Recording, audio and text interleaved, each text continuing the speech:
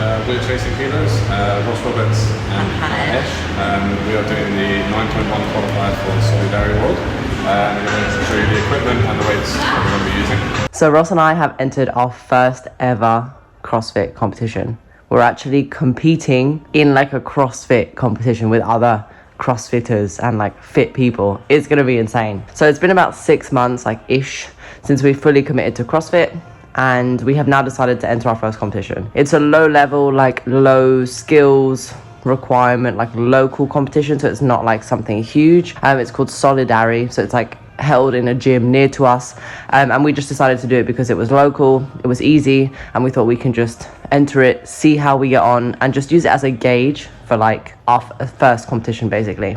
So we decided to compete because CrossFit is easy and hard to gauge your fitness. So within myself, I know I'm fitter, and I know I'm stronger and more capable of than what I've done recently and what I've done before.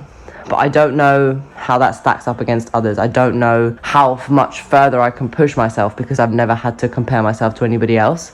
So we're doing it to basically learn more about where we are in our fitness journey and where we could go. So using this to basically kind of see how far we can push ourselves and how much we can learn about ourselves, and see just how fit we are when it stacks up against other people, because it's really hard to know what you can achieve just by yourself. But using other people and training with other people, you push yourself beyond things that you think you're capable of, and you end up learning way more about yourself than you think that you would. So this is basically the first qualified workout that we had to do. So there are four qualifying workouts, and I think there's about 500 teams who have entered, so it's quite a lot of people, and only 112 teams then move to the semi-finals to see who then makes the cut for the finals. The workout was pretty simple and straightforward. Make it through as many reps as possible. Most people who we spoke to said that they didn't think that this was a workout that would be finished, that is achievable to finish, because there's so many reps in a small 15-minute time cap. So basically going into the workout, we were just right, just do as many as we can, go as unbroken as we can, and just full send, basically, just mode full send. So going into this workout, Ross and I were really nervous, classic. We both didn't know what to expect and didn't know what others would do or how far others would have pushed, so we didn't know how much to push.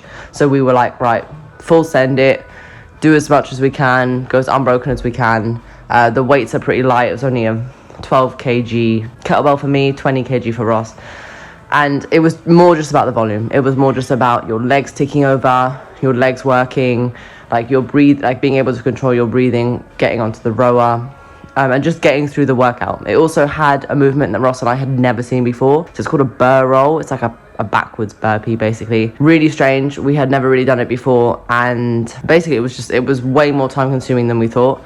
So that ended up taking a huge chunk of our time out, so we kind of had to go from there. So the workout actually went pretty well. We did all of the 50 thrusters unbroken, fine. 40 sit-ups is not something that we struggle with. We do a lot of GHDs and do a lot of toes to bar, so our core strength is already there. It felt for this workout we had been prepped pretty well. The proven program has moved us into a place where we know our bodies are capable of doing things with heavier weights and going on for longer repetitions. We do 40-minute EMOMs and 20-minute AMRAPs and all that sort of stuff. So it's not something that we were super uncomfortable with.